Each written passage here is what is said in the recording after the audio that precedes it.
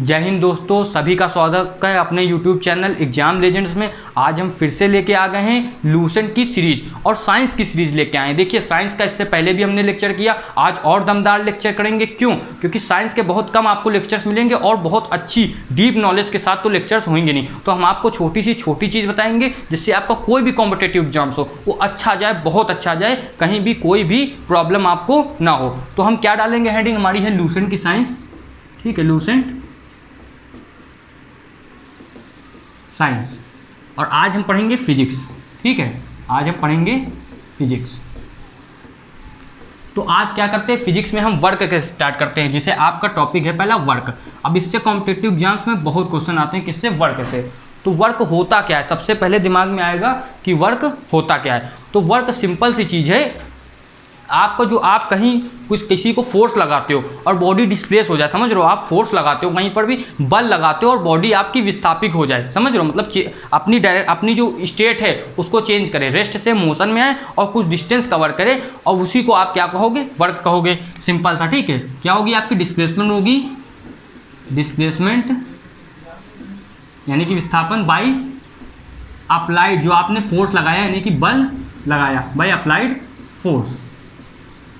अब इसका जो फॉर्मूला होता है वर्क का, वो होता है आपका फोर्स इंटू डिस्टेंस। ठीक है, अब क्या होता है? फोर्स इंटू डिस्प्लेसमेंट इसको कहते हैं मेन तो, और इंटू कॉस थीटा। अब ये पूछ लेते हैं कॉस थीटा, ये बहुत इंपॉर्टेंट चीज़ है, कॉस थीटा लगता है। ठीक है, ऐसा क्यों? मान लो यहाँ कोई बॉडी रखी मास m की और आपने इसको ऐसे डिस्प्लेस किया, फोर्स ऐसे लगा के। ठीक है, इसको क्या किया आपने? इधर का डिस्प्लेस किया। ठीक है, तो आपका क्या हुआ? डिस्प्लेसमेंट तो ऐसे हुई। ठीक है, और जो फोर्स है वो थीटा ऐसे लगी। तो आप यहाँ पर कंपोनेंट लेते हो, समझ रहे हो? फोर्स यहाँ लगी है और डिस्प्लेसमेंट यहाँ पर है, तो ये कंपोनेंट लेते हो एंगल थीटा पे। समझ में आ रही बात? तो यहाँ पर ये थीटा इसलिए आता है, समझ रहे हो? ये चीज़ है। मान लो अगर थीटा 0 हो जाए तो इसकी कोई जरूरत नहीं होगी, तब W हो जाएगा आपका Fs, इसको कहते हैं मैक्सिमम फोर्स। उसका कहीं कंपोनेंट नहीं आएगा, फिर सीधा फोर्स आएगी। एक चीज़ और आती है, वर्क 0 कब होता है?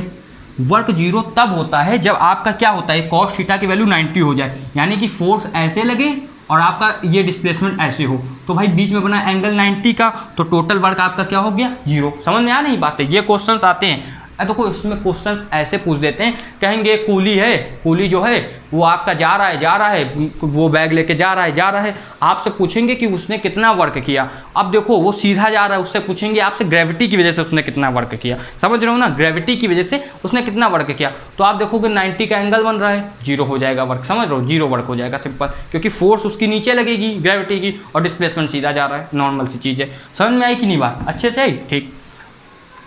अब देखो, वर्क के बाद जो टॉपिक आता है उसको कहते हैं एनर्जी। एनर्जी क्या होती है? ठीक है, सब लोग कहते हैं नहीं मेरे अंदर बहुत एनर्जी है भाई, बहुत पावरफुल हूँ, है ना? आप देखते होगे। तो एनर्जी का मतलब है एनर्जी। अब देखो, इसकी यूनिट क्या है, अगर किसी को डाउट है तो देखो, वर्क इक्वल टू होता है Fs। ठीक है, तो यूनिट होगी न्यूटन आपका मीटर। ठीक है, समझ में आई? अब एनर्जी जो आ जाती है, एनर्जी क्या होती है? तो एनर्जी आपकी सिंपल सी होती है, एनर्जी आपकी सिंपल सी होती है कैपेसिटी। तो कुछ ज़्यादा बड़ी स्पेलिंग, ज़्यादा बड़ी डिफिनीशन नहीं होगी। Capacity of doing any work, doing any work, वही आपकी क्या होती है? एनर्जी होती है, सिंपल सी। ठीक है, अब एनर्जी क्या? एनर्जी ये हुई कि आपको कितना आप वर्क करते हो। वर्क जो है, वर्क में क्या आपने कितना काम किया, और वही वर्क करने के लिए आपको कुछ पावर चाहिए होती है, उसी को क्या कहेंगे आप? एनर्जी। समझ रहे हो? Capacity of doing any work. अब एनर्जी जो वो भी दो प्रकार की होती हैं, एक होती है काइनेटिक एनर्जी। ठीक, एक आपकी होती है काइनेटिक एनर्जी, एनर्जी को आपको ऊर्जा कहते हैं। ठीक है, काइनेटिक एनर्जी एक होती है, और एक आपकी होती है पोटेंशियल एनर्जी। समझ में आ रहा है? एक होती है पोटेंशियल एनर्जी,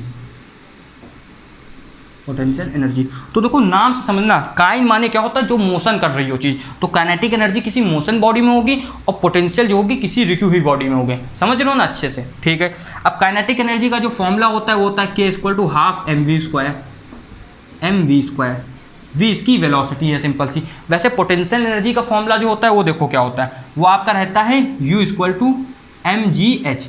अब देखो ये जो फेमस फॉर्मूला है वहाँ यहाँ पर वही लिखेंगे। जब ये ग्रेविटी के लिए यूज़ किया जाता है तो मास इंटू ग्रेविटी, जी की value acceleration due to gravity, है ना, और आपका हाइट है, कितनी हाइट पे यहाँ पर होता है। और इसके कुछ एग्जाम्पल है, मान लो एक स्प्रिंग है, जब आपने उसको पुश किया तो उसके अंदर जो एक एनर्जी स्टोर होती है उसको भी पोटेंशियल एनर्जी ही कहते हैं। ये चीज़ तो समझ में आई होगी, ठीक है।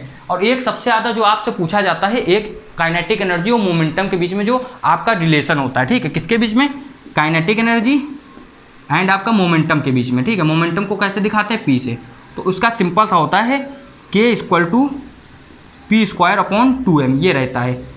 अब किसी को डाउट है ये कैसे आएगा, तो k की वैल्यू हाफ mv स्क्वायर और p की वैल्यू मास इंटू वेलोसिटी, यानी कि आप द्रव्यमान इंटू आपका वेग रखोगे, आपकी आ जाएगी वैल्यू। समझ में आ रहा है ना ये चीज़। अब देखो ये चीज़ तो इतनी हुई। अब इसके आगे आप देखो कि एनर्जी जो है क्या, एक लॉ जो है फेमस, कंजर्वेशन ऑफ एनर्जी, वो क्या होता है, देखो वो लिखने की भी जरूरत नहीं है। कंजर्वेशन ऑफ लॉ कहता है एनर्जी का कि energy can neither be create, ऊर्जा जो है ना ही बनाई जा सकती है, energy can neither be create nor be destroyed, ना ही आप उसको नष्ट कर सकते हो, लेकिन हाँ उसको एक चीज़ से, एक फॉर्म से आप दूसरे फॉर्म में चेंज कर सकते हो। तो कुछ डिवाइसेस हैं जो एक फॉर्म से दूसरे फॉर्म में चेंज करते हैं, और बहुत बार एग्जाम्स में वो पूछे गए हैं कि मतलब ये डिवाइस है, ये फलाना डिवाइस है, ये है। उसका एक का नाम जो बहुत फेमस है डायनेमो, आप जानते हो, लेकिन डायनेमो अब पुराना हो गया। ऐसे हम आपको 10 नाम बताने वाले हैं, तो जब तक आप ये नोट करो। अब देखो हमने क्या पढ़ा, जो आपकी एनर्जी है वो एक फॉर्म से दूसरे फॉर्म में चेंज होती है। कुछ डिवाइसेस हैं उनको देख लेते हैं, चेंज होती। उससे पहले लेकिन जो एनर्जी की यूनिट है वो जूल होती है, ये सब लोग याद रखना, ठीक है। एक और यूनिट होती है, ये हमारी एसआई यूनिट है। उससे पहले और एक यूनिट होती है, इसको कैलोरी कहते हैं, ठीक है, आपकी कैलोरी। और एक यूनिट है जिसको आप क्या कहते हो, किलोवाट आवर, ठीक है। अभी इसकी बात आगे करेंगे, ये यूनिट है, ठीक है आपकी। अब देखो डायनेमो जो है, डायनेमो का सिंपल सा रहता है, ये आपका मोटरी की तरह रहता है। वो आपका क्या करेगा, मैकेनिकल एनर्जी को, ठीक है, मैकेनिकल एनर्जी को चेंज किस में करेगा, आपके टू इलेक्ट्रिकल एनर्जी, ठीक है, इलेक्ट्रिकल एनर्जी इसमें चेंज करता है। ये चीज़ आपको याद रखनी है। अब देखो ये जो मैकेनिकल एनर्जी, अगर इसमें किसी को डाउट हो, जब टोटल एनर्जी जो होती है उसी को मैकेनिकल एनर्जी कहते हैं। और जो एनर्जी है मैकेनिकल, वो किसी यंत्र वगैरह की होती है या फिर किसी डिवाइस की होती है। लेकिन उससे भी अच्छा अगर डीप में समझना है मैकेनिकल एनर्जी क्या होती है, अगर किसी डिवाइस के अंदर पोटेंशियल और काइनेटिक दोनों हैं तो उसको मैकेनिकल एनर्जी कहते हैं, ठीक, याद रखना, ये आ सकता है। कैंडल क्या होती है, कैंडल आप सब जानते हो केमिकल रहता है, ठीक है। तो वो केमिकल एनर्जी को किसमें चेंज करती है, एक तो लाइट करती है कैंडल और दूसरी हीट, तो किसको करेगी वो, केमिकल एनर्जी को, केमिकल एनर्जी को किसमें चेंज करती है, chemical energy to light and heat, ठीक है। हीट के लिए कैलोरी ज़्यादा यूज होती है। अब उसके बाद माइक्रोफोन जो है वो आपका साउंड एनर्जी को चेंज कर देता है, किसमें, आपका इलेक्ट्रिकल एनर्जी में, ठीक है। अब नाम तो याद ही हो गए, शॉर्ट में लिखे दे रहे हैं। अब जो लाउड स्पीकर वो क्या करता है, वो भी साउंड एनर्जी, जो आपकी क्या होती है, इलेक्ट्रिकल एनर्जी जो होती है, इलेक्ट्रिकल एनर्जी ना, इलेक्ट्रिक से चलता है, वो आपका चेंज कर देता है उसको साउंड एनर्जी में। अब इसके बाद जो सोलर सेल होता है, सोलर क्या करता है, आपको जो वो होती है लाइट एनर्जी होती है, लाइट, सूर्य के पास जो एनर्जी होती है उसको लाइट एनर्जी कहते हैं ना, लाइट एनर्जी को चेंज कर देता है आपका इलेक्ट्रिकल एनर्जी में। और इसके बाद आपका ट्यूबलाइट जो होता है, ट्यूबलाइट सिंपल सा आपका इलेक्ट्रिकल एनर्जी को किस में चेंज करेगा, लाइट एनर्जी में, ठीक है। इसमें तो ट्यूबलाइट में ज़्यादा हीट नहीं होती, तो उसको हीट को जो होता है इसमें इग्नोर कर देता है, तो इलेक्ट्रिकल एनर्जी किस में करेगी, लाइट एनर्जी में। और आपका जो इलेक्ट्रिकल बल्ब है, अब इसमें जो है इलेक्ट्रिकल बल्ब जो इसमें हीट होती है, क्योंकि ये थोड़ा ट्यूबलाइट के मुकाबले ज़्यादा गर्म होता है, तो इसमें आप क्या लिखोगे, इलेक्ट्रिकल, या आपकी जो इलेक्ट्रिकल एनर्जी होती है वो किसमें होती है, एक तो लाइट में, और आपका किसमें, एक लाइट के अलावा हीट भी होती है, बस। उसके बाद अगर आपकी बैटरी आ गई तो बैटरी केमिकल एनर्जी को चेंज कर देती है, किसमें कर देती है, केमिकल एनर्जी को आपकी इलेक्ट्रिकल एनर्जी में, ठीक है। और उसके बाद इलेक्ट्रिक मोटर जो है वो क्या करती है, अच्छे से समझना, इलेक्ट्रिक मोटर जो है वो इलेक्ट्रिकल एनर्जी को, पहले वाले का उल्टा, इलेक्ट्रिकल एनर्जी को मैकेनिकल में चेंज कर देती है, मैकेनिकल में, ठीक है। अब जो आपका जो सितार है, सितार जो होता है एक मैकेनिज्म के ऊपर काम करता है, तो इसकी जो है ये मैकेनिकल एनर्जी को किसमें चेंज करती है, आपकी किसमें, साउंड एनर्जी में, बस भाई। इसमें मैकेनिक्स ही तो होती है, जो उसके सब तार वार होते हैं। मैकेनिक्स देखो, मैकेनिक्स में क्या होता है, कहीं पोटेंशियल और कहीं काइनेटिक एनर्जी होता है। जो तार खींचे हुए होते हैं तो उसमें पोटेंशियल एनर्जी आ जाती है, और उनको जब चलाते हैं सितार में तो उसमें क्या होता है, वो वाइब्रेशन करते हैं तो काइनेटिक एनर्जी आ जाती है। इसलिए दो तरह की एनर्जी होती हैं। अब इसके बाद जो हमारे पास है, जो ये तो आप नोट करोगे, इसके बाद है पावर। पावर क्या होती है ना, और पावर की यूनिट क्या होती है, पावर का रियल मीन क्या होता है, ये सब हमको जानना है। तो सिंपल सा है, आप जो वर्क करते हो, द रेट ऑफ वर्क, जो रेट ऑफ वर्क होता है उसी को हम लोग क्या कहते हैं, पावर कहते हैं। पावर की डिफिनीशन क्या लिखोगे आप? Rate of doing work, simple सी, रेट ऑफ डूइंग वर्क, मतलब आप कितने रेट में, कितने समय पे आप कितना काम कर रहे हो, ये होता है ना। मान लो आपने कुछ काम किया, 5 जूल किया तो 1 सेकंड में किया, तो सिंपल सी बात है, समझो। पावर की जो है, ये पावर की जो आपकी डिफिनीशन है वो हमने लिखी। अब इसका फॉर्मूला क्या होगा? Work upon time taken, work upon आपका टाइम टेकन, सिंपल सा ही रहता है, ठीक है। मान लो आपने कितना काम किया। अब देखो वर्क यूनिट, वर्क की जो यूनिट है न्यूटन मीटर भी होती है, लेकिन वर्क जो है एनर्जी के इक्विवेलेंट होता है, क्योंकि आप जितना वर्क करोगे वही आपकी एनर्जी को डिफाइन करता है। इसलिए जो वर्क है उसकी यूनिट जूल भी होती है। तो हमने कहा 5 जूल का वर्क हुआ और अपॉन कितने, 5 ही सेकंड में हुआ। तो आपका जो वर्क हुआ, देखो जो आपकी पावर हुई वो कितनी हुई, 5/5 तो 1 हो गया, 1 जूल पर सेकेंड। अभी जो 1 जूल पर सेकंड है इसी को कहते हैं 1 वॉट। तो ये पता ही हमने ऐसा क्यों लिखा है, ये डिफिनीशन आ जाती तो डिफाइंड 1 वॉट, ठीक है, डिफाइंड 1 वॉट, या फिर लिख देंगे इतना सब कुछ लिखा होगा तो आपको ऑप्शन में ये लिखा होगा 1 जूल पर सेकंड, ऐसे लिखा होगा 1 what is 1 joule of work done, joule of work done by 1 second, ठीक है। तो कहेंगे इसका मतलब क्या है, 1 वॉट लिखा होगा, 1 किलो वॉट लिखा होगा, ठीक है, 1 कैलोरी लिखा होगा, तो आपको ऐसे टिक करना होगा, मतलब समझ लो, लिखा होगा, ये आ चुका है कंपटीशन में, 1 joule of work done in particular 1 second, ठीक है, ऐसे आ सकता है क्वेश्चन आपका सिंपल सा। अब जो पावर है, पावर की एक जो बहुत फेमस यूनिट है जिसको हम लोग कहते हैं 1 हॉर्स पावर, सब लोग जानते होंगे 1 हॉर्स पावर, जिसकी वैल्यू क्या होती है वॉट में 746 वॉट ये रहती, ठीक है। और एक चीज़ होती है जिसे हम लोग पढ़ते हैं कि 1 यूनिट बिल आया, 2 यूनिट बिल आया, 3 यूनिट बिल आया, होता है ना, 1 यूनिट के इतने 6 रुपये 7 रुपये, तो 1 यूनिट जो होती है वो आपके इक्वल होती है 1 किलोवाट आवर के, 1 किलोवाट आवर के। अब यहाँ किसी को कंफ्यूज नहीं होना, तभी मैंने पहले ही 1 किलोवाट आवर जो था उसको बता दिया था कि ये एनर्जी है। तो 1 किलोवाट आवर जो होता है ये पावर नहीं होती, ये होती है एनर्जी। अब देखो आप घर में अपने प्रेस चला रहे हो, फ्रिज चला रहे हो, सब कुछ चला रहे हो, तो उसमें पावर तो लगती है कि हाँ इतने पावर ये खींच रहा है, लेकिन खर्च क्या चीज़ होती है, पावर तो बताते हैं कि हाँ इतनी क्षमता है इसकी, 1 हॉर्स पावर क्षमता है, लेकिन बताते हैं एनर्जी। आप जैसे किसी कहोगे यार इतना खाता है, मतलब इतनी एनर्जी वो ले रहा है, ठीक है, वो तो उसकी ताकत है, अगर उसकी 10 वॉट की ताकत है तो वो 10 वॉट एनर्जी खींचेगा, ठीक है, ये है, लेकिन एनर्जी कितनी है ये आपको ऐसे बताना पड़ेगा। तो 1 यूनिट जो होती है 1 किलोवाट आवर के इक्वल, सिंपल सा। अब जो 1 किलोवाट आवर इसकी यूनिट बहुत बार पूछते हैं, 1 किलोवाट आवर इक्वल कितने जूल में होता है ये पूछते हैं, 1 किलोवाट आवर इक्वल टू, है ना, कितने जूल के, ये आपसे पूछते हैं। तो इसको देखो सिंपल सा, इसमें कुछ नहीं करना, 1 किलोवाट को आप क्या 1000 लिख सकते हो 1000 वाट में, ठीक है। अब मल्टीप्लाई में देखो, इसको अच्छे समझना, जो आपका ये आवर है इसको आप चेंज करोगे तो ये कितना होगा, 24 इंटू आपका कितना हो जाएगा, इस कितना हो जाएगा, अच्छे से देखो 24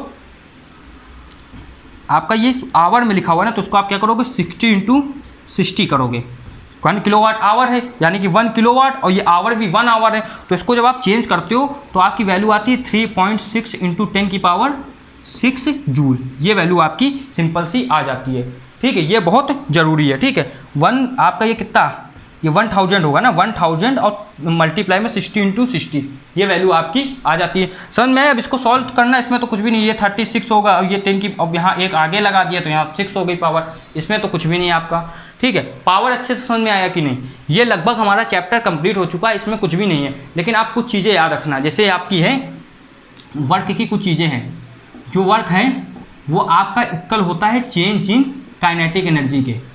इसका एक फेमस नाम है जो बहुत बार पूछ लिया गया है, वर्क जो होता है वो चेंज इन काइनेटिक एनर्जी के इक्वल होता है, इसका नाम है वर्क एनर्जी थ्योरम। ये आ सकता है पेपर में कभी भी, ठीक है, वेट से आप याद रख लोगे। तो ये जो है आपकी वर्क एनर्जी थ्योरम का मतलब सिंपल सा होता है, जो वर्क है वो चेंज इन काइनेटिक एनर्जी के इक्वल होता है, इसमें कोई इतनी बड़ी बात नहीं है। अब हम ग्रेविटेशन चैप्टर चालू करते हैं।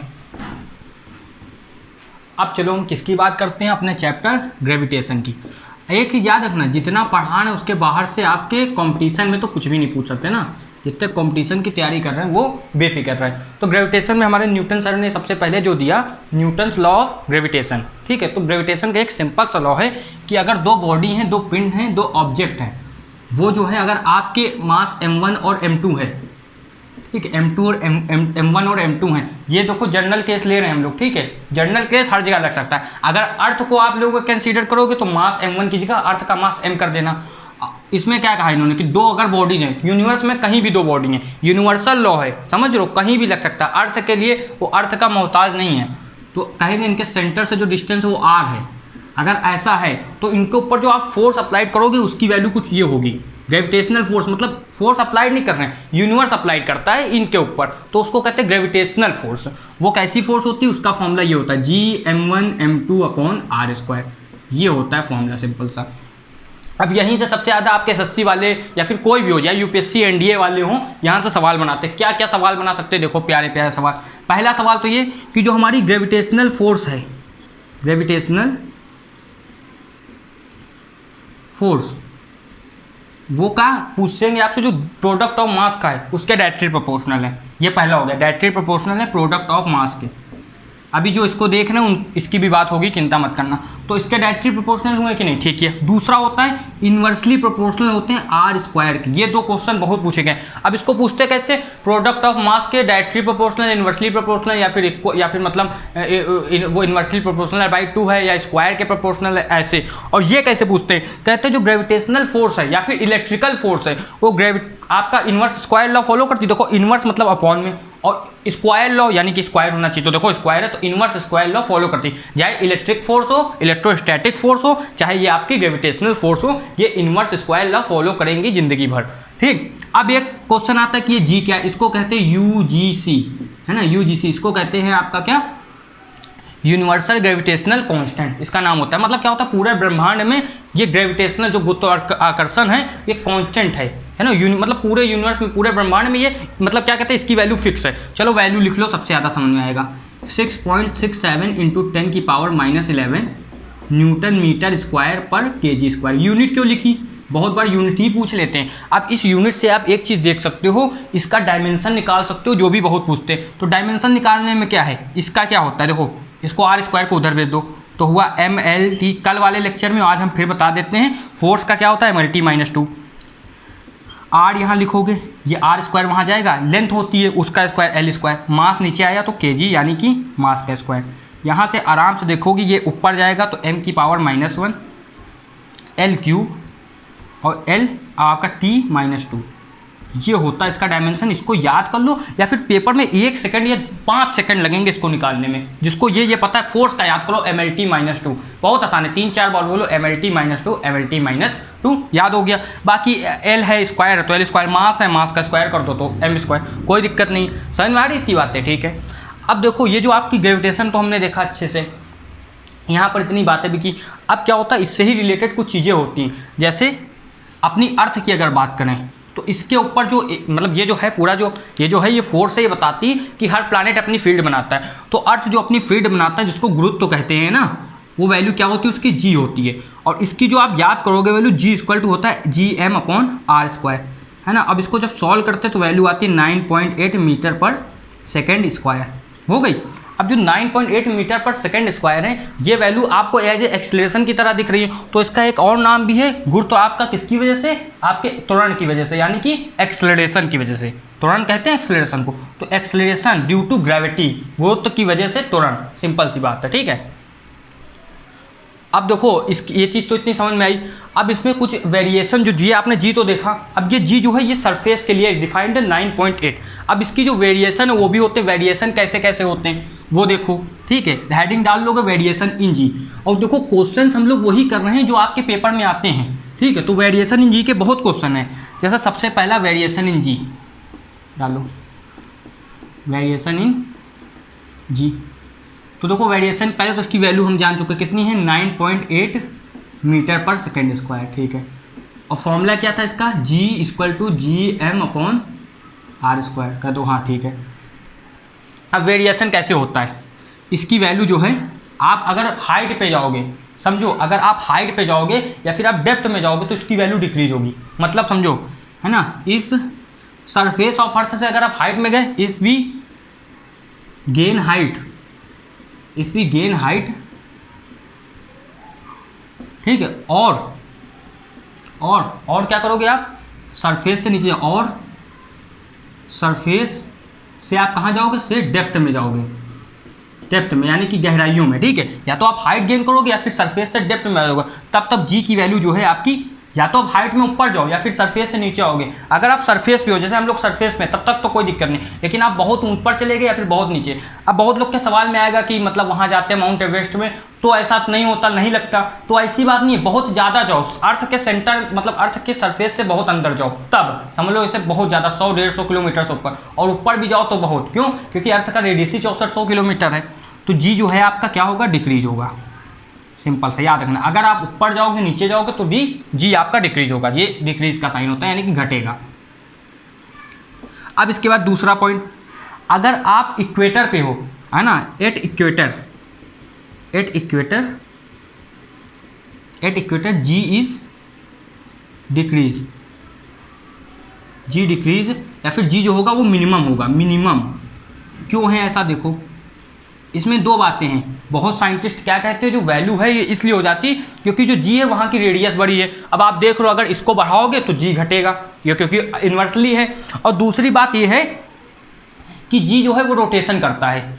जो जी है, मान लो आप ऐसे ये अर्थ पे हो और इक्वेटर अर्थ की एकदम बीचों वाली लाइन है, डायमीटर है, तो वो सबसे तेज घूमेगा, वो सबसे तेजी तो घूमेगा। और उससे क्या होगा, आप दूर, ऐसा नहीं लगता कि हमको, अगर अर्थ बहुत तेज घूमती है ऐसे ऐसे तो आपको पीछे फेंक दे, लेकिन ये होता कि जो गुरुत्वाकर्षण बल है अपना, जो ग्रेविटेशनल फोर्स है वो बहुत स्ट्रांग है, तो आपको पीछे जाने नहीं देती। लेकिन हाँ, यहाँ पर जी की वैल्यू कुछ ना कुछ कम हो जाता है अर्थ की रोटेशन की वजह से। अब यहाँ से सबको दिमाग में आ रहा होगा, अर्थ तो ऐसे ऐसे घूमती है, कोई अर्थ के एकदम ऊपर बैठा है यानी कि पोल पे, या फिर एकदम नीचे बैठा है यानी कि आपके फिर से नीचे नॉर्थ पोल पे, साउथ पोल पे या फिर नॉर्थ पोल पे। तो एट पोल्स आपकी जो वैल्यू है वो कैसी हो जाएगी, जी इंक्रीजेस, या फिर लिखो जी मैक्सिमम होगा, सबसे ज़्यादा।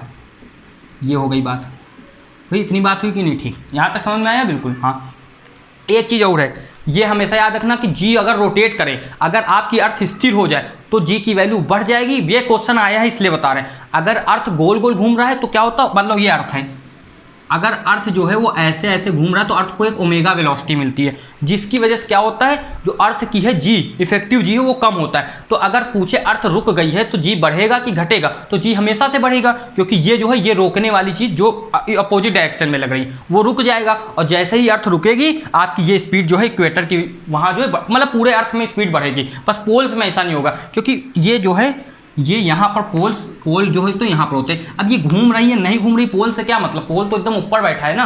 अगर आप ऊपर से ऐसे किसी सर्कल को घूमते हुए देखोगे आपको नहीं पता चलेगा, एकदम ऊपर वाले पॉइंट पे हो, समझ रहे हो, वही चीज़ यहाँ पर भी है। अब इसके बाद आ जाती है कि अगर ये जी की वैल्यू है, इसकी वेरिएशन, और देखो अगर हम लोग किस में हैं, अगर हम लोग लिफ्ट में हैं तो वो देखते हैं। अब हमें क्या देखना है, weight of body in lift. देखो जैसे जी के केसेस थे वैसे इसके भी केसेस होंगे। उससे पहले लेकिन आपको एक इन्फॉर्मेशन और देख दें, जिसमें आपका एसएससी क्वेश्चन पूछ चुका है कि अगर आपका जो वो है एंगुलर स्पीड अगर कितनी हो जाए, 17 टाइम्स हो जाए, जिस स्पीड से अर्थ रोटेट कर रही है तो उसकी एंगुलर स्पीड होती है, ठीक है। हमने कहा था सर्कल के लिए जो स्पीड होती है उसको एंगुलर स्पीड कहते हैं, एंगुलर वेलोसिटी कहते हैं। अगर वो अपनी स्पीड की 17 टाइम्स हो जाए तो आप अगर यहाँ पर बैठे हो तो आपको वेटलेसनेस की फीलिंग होगी, मतलब समझ रहे हो, आपको लगेगा आपका वजन 0 है। लेकिन ऐसा कभी होगा नहीं, बस एक एग्जाम्पल था जो बता दिया। अब यहाँ देखो weight of body in lift, ठीक। अगर बहुत लोग लिफ्ट में बैठे होंगे तो आप जब नीचे जीते जाते होगे या फिर आप वो झूले में बैठे होगे जो ऐसे गोल गोल वाला होता है, जब आप नीचे गए तो आपको पेट में अजीब सा लगता होगा। ऊपर जाते होगे तो लगता होगा किसी ने लोड धर दिया, लेकिन अजीब नहीं लगता होगा। उसके पीछे जो रीजन है वो देखना। तो आपका पहला केस है, अगर आप लिफ्ट में जा रहे हो, ठीक है, और उसकी स्पीड जो यूनिफॉर्म है, जो कि नहीं होती, 99% नहीं होती, यूनिफॉर्म स्पीड हो, ठीक है। यूनिफॉर्म स्पीड मतलब कि 5 मीटर पर सेकंड से वो चलता रहे। लिफ्ट हो या कोई भी चीज़ हो, थोड़ी देर बाद स्पीड अपनी लेता है, गेन करता है। कोई भी चीज़ हो, आप गाड़ी भी चलाओगे तो 10 से स्पीड बढ़ेगी ना, तो एक्सलेट चीज़ें करती हैं। वैसे आपसे कहते हैं अगर यूनिफॉर्म स्पीड है लिफ्ट की, यूनिफॉर्म स्पीड हो, पहला केस, ठीक है, यूनिफॉर्म स्पीड अगर होगी तो एक्सेलरेशन कितना होता है यूनिफॉर्म में, भाई एक्सेलरेशन होता है change in velocity upon change in time. अब जब चेंज इन वेलोसिटी नहीं हुआ तो आपका क्या, स्पीड ही जब यूनिफॉर्म है तो मतलब अगर स्पीड यूनिफॉर्म तो वेलोसिटी यूनिफॉर्म, क्योंकि इसमें डायरेक्शन क्या चेंज होगी, ऊपर ही तो जाना है या फिर नीचे आना, इसमें डायरेक्शन तो चेंज नहीं होनी। तो यूनिफॉर्म स्पीड में आपका वेट जो है वो आपका नॉर्मली वेट रहेगा। नॉर्मल वेट मतलब जैसा साधारण वेट था, ठीक है। एपरेंट वेट क्या होता है, अभी इसके बाद एपरेंट वेट आएगा, जो आपको दिखाई दे रहा है, ऐसा है नहीं लेकिन आपको ऐसा दिखाई देगा, तो नॉर्मली वेट रहता है आपका, कोई दिक्कत नहीं है। अब यही केस जो दूसरा है, अगर मान लो लिफ्ट से आप कहाँ जा रहे हो, ऊपर जा रहे हो, ये हम लिफ्ट बना लेते हैं, ठीक है। लिफ्ट अब आपकी क्या है, एक्सेलरेशन ए से ऊपर जा रही है, अब एक्सेलरेशन है कुछ, ठीक है। तो क्या होगा, हम लोगों ने थोड़ा सा ये आप जानते होगे कि मास जो है नीचे mg लगता है, और ये जो ऊपर जा रहा है यहाँ पर एक स्ट्रिंग टी होगा, और आपका क्या होता है, ये ऊपर जाएगा तो टोटल जो है, अब ये नीचे ऊपर स्ट्रिंग की फोर्स है और नीचे आपकी क्या mg की है। ये छोटा सा कॉन्सेप्ट है, इसको समझ लोगे तो सब कुछ आ जाएगा। तो देखोगे आप यहाँ पर ये ऊपर जा रहा है और ये जो mg है ये नीचे जा रहा है, तो नेट जो है वो फोर्स ऊपर है, यानी कि आप t माइनस mg करोगे वो इक्वल ma होगा, और आप t को देखोगे तो t अपना इक्वल आ गया, जो यहाँ पर फोर्स है वो आ गया mg प्लस a। तो यहाँ से आपको दिख गया जब हम ऊपर जा रहे हैं तो mg की जगह वैल्यू ऐड हो गई, a और जो एक्सेलरेशन था वो ऐड हो गया, मतलब अब जो है आपके ऊपर ग्रेविटी वर्क नहीं कर रही, ग्रेविटी के साथ एक एक्सेलरेशन वर्क कर रहा है। तो यहाँ से एक चीज़ समझ में आई कि आप ऊपर जाओगे तो आपका कुछ ना कुछ वेट ज़्यादा हो जाएगा, क्योंकि अब mg नहीं है आपका वेट, ये नीचे वेट ही तो होता है। यहाँ पर मान लो कोई वेइंग मशीन रखी है तो वहाँ mg नहीं आएगा, वहाँ mg प्लस a आएगा, समझ रहे हो, m ब्रैकेट में g प्लस a। तो यहाँ से आपको दिखा जब आप ऊपर जाओगे तो आपकी वैल्यू बढ़ेगी, मतलब आपकी वेट अप जाने में क्या होगा, वेट आपका इंक्रीज हो जाएगा, ठीक है। अब अगर ये बताओ जस्ट उल्टा कोई चीज़ ले, क्योंकि अपना यूनिवर्स सिमेट्री है ना, मतलब एक का उल्टा कुछ ना कुछ होता है। अगर आप ऊपर जाने में इंक्रीज कर रहे हो तो बताने की जरूरत है, लेकिन आप जब नीचे डाउन आओगे तब क्या होगा, तब भाई साहब आपका वेट जो है वो करेगा डिक्रीज, यानी कि घटेगा, ठीक है। अब इसके बाद एक केस होता है, मान लो आपका जो है किसी ने जो लिफ्ट का है तार काट दिया, तो आप फ्री फॉल करोगे, उसमें क्या होता है, जो आपकी ये देखो फॉर्मूला ये था mg, अब देखो आप नीचे आ रहे हो, mg प्लस a ऊपर वाले के लिए था, तो नीचे के लिए क्या होगा mg माइनस a, ठीक है। तो ऊपर वाले के लिए था mg प्लस a, हम वाला केस देखा डाउन वाला, उसमें माइनस हो जाएगा सिमेट्री की वजह से। वैसे आप नीचे आ रहे हो, आपका किसी ने तार काट दिया है लिफ्ट का, तो जो आपका फ्री फॉल होगा, मतलब g की वैल्यू g के इक्वल हो जाएगी, तो आपका जो मास है वो आपका, आप नीचे आओगे आपको फील होगा वेटलेसनेस, कैसा फील होगा, वेटलेसनेस की फीलिंग आएगी। क्यों, वो फॉर्मूले की वजह से देख लो, यहाँ पर क्या होगा, आपका जो g है और जो आपका एक्सेलरेशन है दोनों इक्वल हो गए, यानी कि और नीचे आ रहे हैं तो माइनस होंगे, तो आपकी वैल्यू हो गई 0 यहाँ से। तो जो वेटलेसनेस की फीलिंग यहाँ तक आएगी, यहाँ तक भी आपको इतना समझ में आया। 4 पॉइंट देखें, आखिरी पॉइंट ये है, मान लो आपकी वैल्यू हो जाए 2g, समझो, मान लो आपकी वैल्यू हो जाए 2g, मतलब उससे भी दुगनी, आपके g से भी दुगनी, तो हम लोग तो ज़मीन में तभी है ना जब तक आपकी वैल्यू g के, मतलब आप g तक सहे रहो। मान लो आपके पास ऐसी स्पीड आ गई है ऊपर जाने की, समझ लो ऊपर जाने की ऐसी स्पीड आ गई है, नीचे आने की ऐसी स्पीड आ गई कि आप नीचे धंसे जा रहे हो, लेकिन नीचे तो ज़मीन है, तो इसमें होगा कि जितनी देर आप लिफ्ट में हो आपका सर लड़ता रहेगा, मतलब समझ रहे हो कि नहीं, आपके पैर तभी ज़मीन में जब तक आपके ऊपर जी लग रहा है, और जैसे जी लगना हटाओ, जी से कोई दुगनी फोर्स लगी तो आपका क्या होगा, वो आपको ऊपर खींचेगी। समझ में आ रहा है मतलब कि नहीं, हम लोग को ज़मीन में कौन रखे हुए, जी की वैल्यू, जिसकी वैल्यू 9.8, उससे दुगनी वैल्यू कोई लगाएगा तो आपको ऊपर नहीं खींचना चाहेगा, तो आप क्या करोगे, बार बार सीलिंग में लड़ते रहोगे जब तक लिफ्ट नीचे नहीं गिर जाएगी, जब तक उसकी वैल्यू 0 नहीं हो जाएगी। तो ये चीज़ है, इसमें होगा आप लिखोगे आपका सर हमेशा सीलिंग में लड़ता रहेगा, सीलिंग से कोलिजन होता रहेगा, ये ऐसा ऑप्शन होगा, कोलिजन विद सीलिंग। और क्या होगा, जितनी जब तक लिफ्ट नीचे नहीं आ जाती तब तक, क्योंकि नीचे आ जाएगी तो स्पीड 0 हो जाएगी लिफ्ट की, जब तक ऐसे होता रहेगा।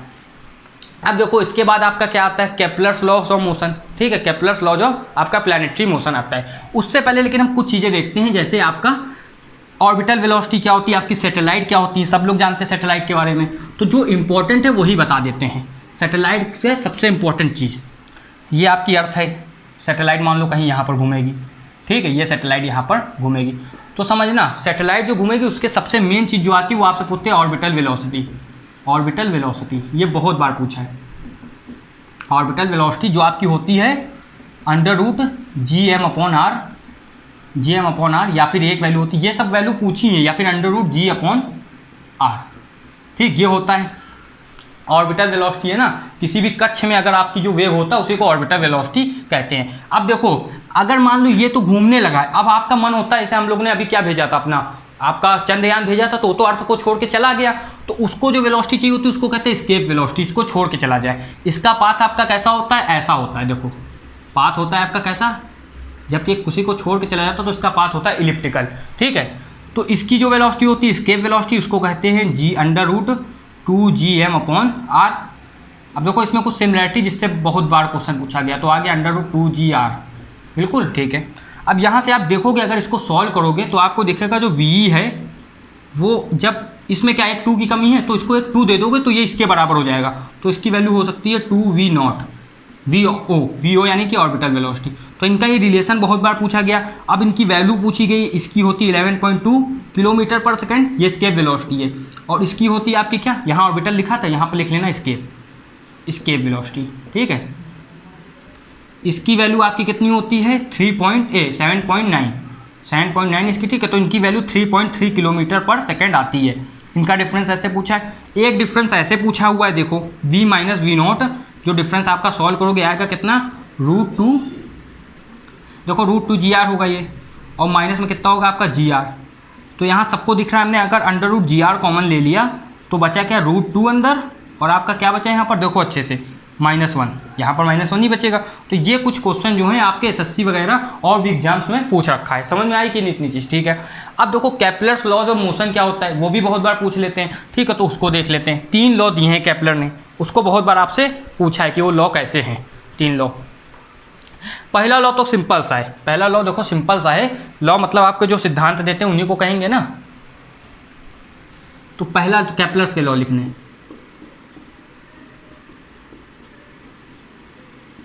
ना, अगर हम फर्स्ट लॉ लिखेंगे, फर्स्ट लॉ, तो बहुत सिंपल सा, कुछ भी नहीं, आप याद रखोगे, पेपर में आएगा 1 नंबर 2 नंबर जितने का भी एग्जाम है आराम से मिलेगा। All planets revolves around sun in elliptical orbit. अभी अच्छे समझाएंगे क्या होता है इलिप्टिकल ऑर्बिट। इलिप्टिकल ऑर्बिट मतलब एक अंडे के आकार वाली ऑर्बिट। देखो मान लो ये आपके एक्स एक्सिस है, इसको आप मानोगे स्पेस में है, ठीक है। तो ये ऐसे बनता है कुछ, यहाँ पर आपका होता है सन, ठीक है, एक फोकस में होता है, इसको F1 कहते हैं, इसको F2 कहते हैं फोकस को, फोकस जहाँ पर सारी किरणें केंद्रित होंगी ऐसे, और ये प्लैनेट यहाँ पर कुछ घूम रहा होगा। तो एक फोकस में सन होता है, उसके इलिप्टिकल ऑर्बिट में सन मतलब होता है। अगर सर्कल होता तो इसको बीच में होना चाहिए था, ये ऐसे ऐसे घूमता, लेकिन एक फोकस जो है बहुत पास में होता है। यहाँ से देखो अगर प्लैनेट यहाँ होगा तो सबसे ज़्यादा दूरी होगी, यहाँ होगा तो सबसे पास दूरी होगी, ऐसे होता है सन के अराउंड। तो ये पहले सब लोग कहते थे कि सर्कल में अराउंड होता है ना, पहले तो सब लोग यही नहीं मानते थे कि सन का चक्कर लगाते हैं ना, ये तो गैलीलियो के बाद पता चला, ये बताते हैं। और हम लोगों की बुक्स में ये तो बहुत ही पहले बता दिया था, जो हमारे वेदांत वगैरह हैं, ठीक है। अब देखो इसके बाद जो सेकंड लॉ है वो भी बहुत आसान है। सेकंड लॉ कुछ नहीं कहता जो एवरी मतलब जो आपका इक्वल टाइम ऑफ इंटरवल होगा, उसमें जो आपके प्लैनेट्स और सन के बीच की जो एरिया होगी, जो रेडियल एरिया होगी, समझ रहे हो, जो एरियल वेलोसिटी जिसको कहते हैं, फिर रेडियल एरिया कहते हैं, वो इक्वल एरिया आपकी कवर करेंगे। समझ लो इसको ऐसे, देखो ये हमने बनाया, यहाँ पर प्लैनेट है अपना, ठीक है, ये सन अपना यहाँ पर है। तो क्या होगा, यहाँ पर मान लो ये इतना टाइम में इसको यहाँ पहुँचा, और यहाँ पर ये ऐसे पहुँचा, समझना। तो ये जो एरिया है, ये जो एरिया है और ये जो एरिया है, ये आपका इक्वल होगा। क्यों? क्योंकि यहाँ से यहाँ आने में समय जितना लगा, और उतना ही समय यहाँ से यहाँ आने में लगेगा। क्योंकि यहाँ आप देख रहे हो ना, समय यहाँ क्यों लगेगा, क्योंकि देखो कवरिंग करने में, ये आपको यहाँ से देखने में भले लग रहा हो, लेकिन सन के हिसाब से आप देखोगे, इसको पूरा वो मानोगे, तो ये जो टाइम है, ये टाइम इक्वल आ जाते हैं, ठीक है। ये है सिस्टम, पता नहीं चलेगा, लेकिन ये आपके टाइम जो है इक्वल आ जाते हैं, और वही जो होता है एरिया आपकी इक्वल होती है। अगर ये सब कुछ भी नहीं समझना तो डिफिनीशन याद कर लो, इक्वल इंटरवल ऑफ टाइम में मतलब जब समय का सेम अंतर होता है, तब आपका क्या हो जाता है, तो एरिया कवर करते हैं प्लैनेट के दोनों तरफ, सन के इधर और सन के उधर, वो इक्वल होते हैं, बस इतना याद करना। और आखिरी लॉ जो है, जिसको कहते हैं थर्ड लॉ वो सिंपल सा कहता है, जो टाइम पीरियड है, एक चक्कर का जो टाइम पीरियड है, वो जो डिस्टेंस होगी सन और अर्थ के मीन की, समझ रहे हो, क्योंकि भाई इनकी डिस्टेंस तो बहुत अजीब तरीके से निकलती है, तो जो भी है डिस्टेंस, उसका रिलेशन ये बनेगा। मान लो जो टाइम लगा है पूरा एक सर्कल करने में, वो डायरेक्टली प्रोपोर्शनल होगा उसके डिस्टेंस के क्यूब के। ये सिंपल सा होता है। और बहुत बार प्लैनेट की जो है वो पूछ लेते हैं, क्या कहते हैं, टाइम पीरियड, तो फॉर्मूला उसका देख लेना, टाइम पीरियड ऑफ सैटेलाइट का, प्लैनेट का तो नहीं, सैटेलाइट का पूछ लेते हैं, प्लैनेट का आपसे कभी नहीं पूछा जाएगा। टाइम पीरियड ऑफ सैटेलाइट पूछ ले तो सिंपल सा होता है, T = 2 पाई, है ना, R⁻⁴ R⁻³ 3/2 अपॉन आपका कितना होता है, √Gm, ठीक है। या फिर बहुत जगह ऐसे लिखा होगा, टाइम का फॉर्मूला 2 पाई R अपॉन आपका कितना होगा, सिंपल सा, ये चीज़ नहीं लिखी, √आपका Gm अपॉन आर, ये अर्थ के लिए होता है फॉर्मूला। ये चीज़ें आपको याद रखनी है। तो होप है आपको ये वाला लेक्चर समझ में आया होगा। अभी भी फिजिक्स के काफ़ी चैप्टर बचे हुए हैं, हम लोग धीरे धीरे करके करेंगे। आप देख रहे हो हम 2 से 3 चैप्टर एक दिन में कर देते हैं, और भी बहुत कम से कम समय लिए हो, और कुछ भी ऐसा नहीं, अब जैसे इस वाले चैप्टर से कुछ भी ऐसा नहीं जो छूटा हो। हमने लगभग सब कुछ बताया है, और वो बताया है जिससे एसएससी वाले सवाल पूछते, वो नहीं जिससे मतलब हाई एडवांस वाले लेवल का हो, वो बताया जिससे एसएससी सवाल पूछेगा, जिससे आपके मेंस में सवाल पूछ सकता है, उतने आपको कराएं। अब अगर आपको साइंस में पढ़ने में किसी में भी दिक्कत हो तो आप बताना। अभी हमने फिजिक्स को लेकर रखा है, इसके आगे हम केमिस्ट्री और बायो वगैरह भी करेंगे। जब तक के लिए पढ़ाई करते रहें। जय हिंद।